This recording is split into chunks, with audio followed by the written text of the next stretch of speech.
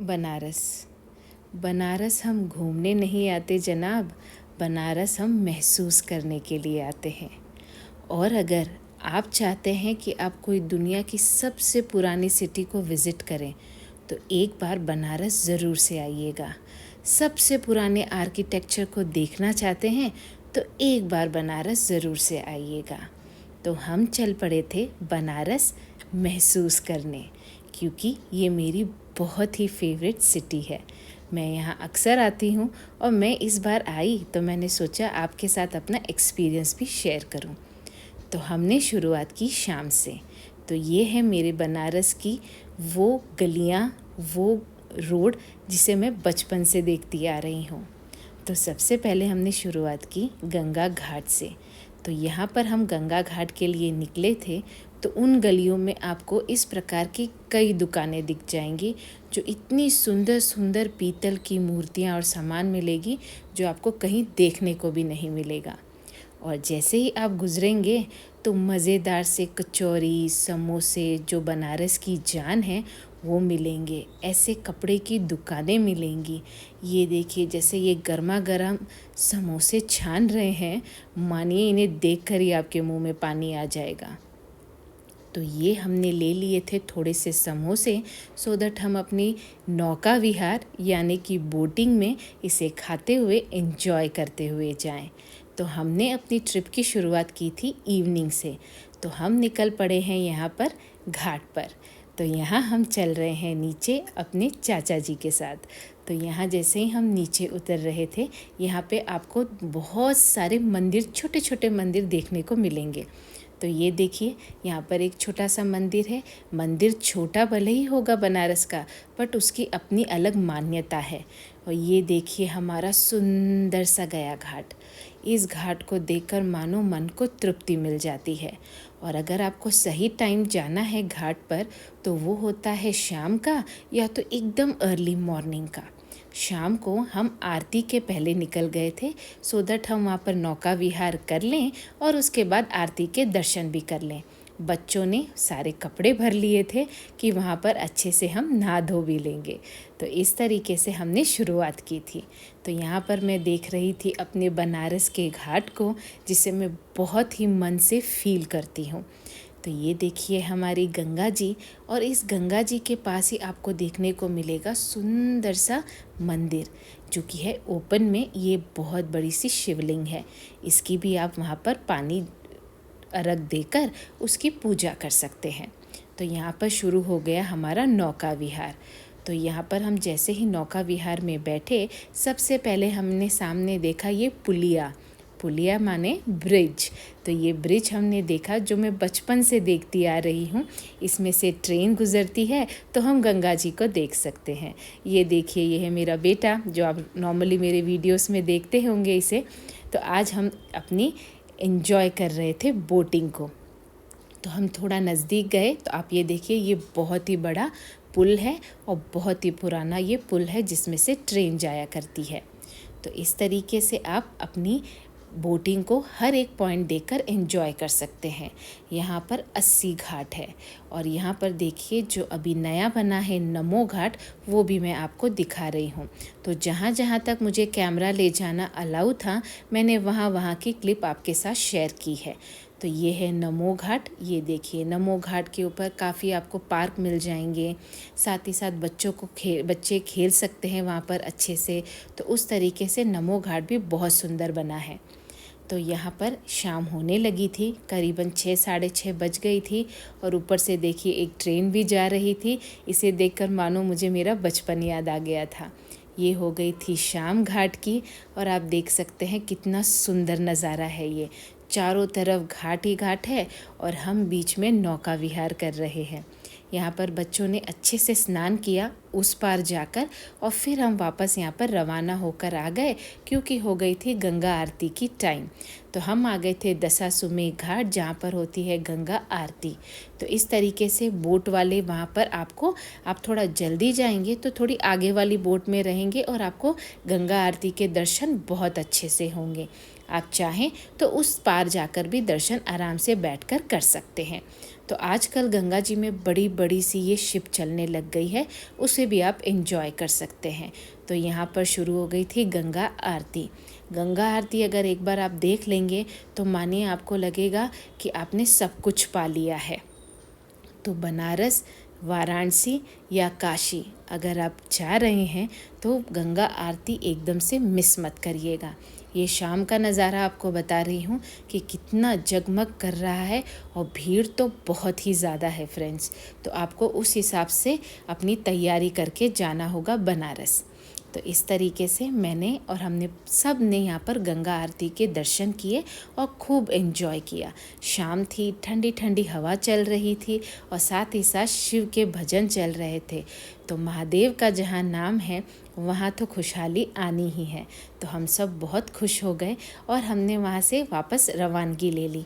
तो हम यहाँ पर एक एक घाट देखते हुए आ रहे थे, बच्चों को दिखाते हुए आ रहे थे कि कौन सा घाट किसके लिए फेमस है।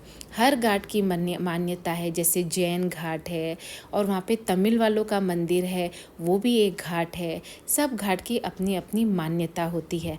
तो वहाँ के सारे घाट अगर आपको देखना है तो आपको थोड़ा टाइम लेकर तो जाना ही पड़ेगा। तो बनारस घूमने के लिए कम से कम आपको हाथ में 4 से 5 दिन तो चाहिए, तभी आप एकदम तृप्ति से बनारस को देख सकते हैं। तो ये देखिए यहाँ पर मैं आपको दिखा रही हूँ घाट, जो कि है हरिश्चंद्र घाट, जहाँ पर हम जाकर हमें महसूस होता है कि जीवन और मृत्यु का जंजाल क्या होता है। तो ये है हरिश्चंद्र घाट, जिसकी लौ 24 घंटे जलती रहती है और यहाँ पर काफ़ी लोगों को मुक्ति भी मिलती है। और यहाँ पर जैसे ही हमने नौका विहार फिनिश किया, हम चले गए हमारी फेवरेट लस्सी वाले की दुकान पर। इनकी लस्सी अगर आपने एक बार पी ली ना तो दुनिया में आपको कोई भी लस्सी अच्छी नहीं लगेगी। तो ये है राजा राम जी की लस्सी। तो यहाँ पर विश्वनाथ गली है जो मेरी बहुत ही ज़्यादा फेवरेट है। उस गली के अंदर आपको सब कुछ मिल जाएगा। तो वहाँ पर हमने पहले तो एंजॉय की मलाईदार लस्सी।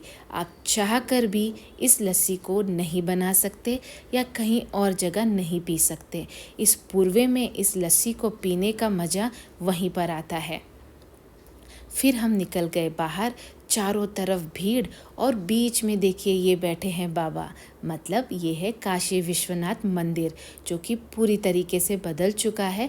एकदम आगे से इसका नया रूप है, लेकिन अंदर जो बैठा बाबा है वो हमारा पुराना वाला ही बाबा है। तो ये है वहाँ का द्वार। ये इस तरीके से आपको द्वार देखने के लिए मिलेगा, कितना बड़ा द्वार है। और यहाँ बाहर आपको फूल माला की दुकान, पीतल के सामान यहाँ पर बहुत अच्छे मिलते हैं। मैंने भी छोटी मोटी शॉपिंग तो यहाँ से की थी। फिर जैसे ही हमारे दर्शन हो गए, क्योंकि अंदर कैमरा अलाउ नहीं है इसलिए आपको लेकर नहीं गई मैं यहाँ पर आ गई आलू चाप खाने, या तो कहे दही पूरी खाने, या गोलगप्पे खाने। जैसे हम यहाँ पर बेंगलोर में कहते हैं पानी पूरी, बनारस में इसे कहा जाता है गोलगप्पे। तो हमने यहाँ पर खाए मज़ेदार से गोलगप्पे।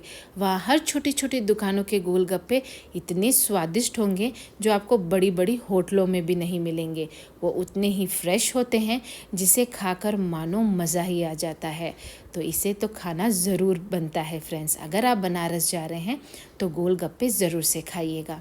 थोड़ी देर चलने के बाद हमने पी लक्ष्मी चाय वाले की चाय। तो ये है विशेषरगंज में, जहाँ पर यहाँ पे मिलता है टोस्ट। इस तरीके से टोस्ट को सेका जाता है। तो आप देख सकते हैं कितना अच्छा इसको सेक रहे हैं इसके अंदर, और इसके ऊपर लगा दिया जाता है मक्खन, वो भी एकदम फ्रेश मक्खन, और चाहे तो आपको ये फ्रेश मलाई भी लगा कर देते हैं। और उसके साथ एंजॉय की हमने गर्मा गर्म सी चाय।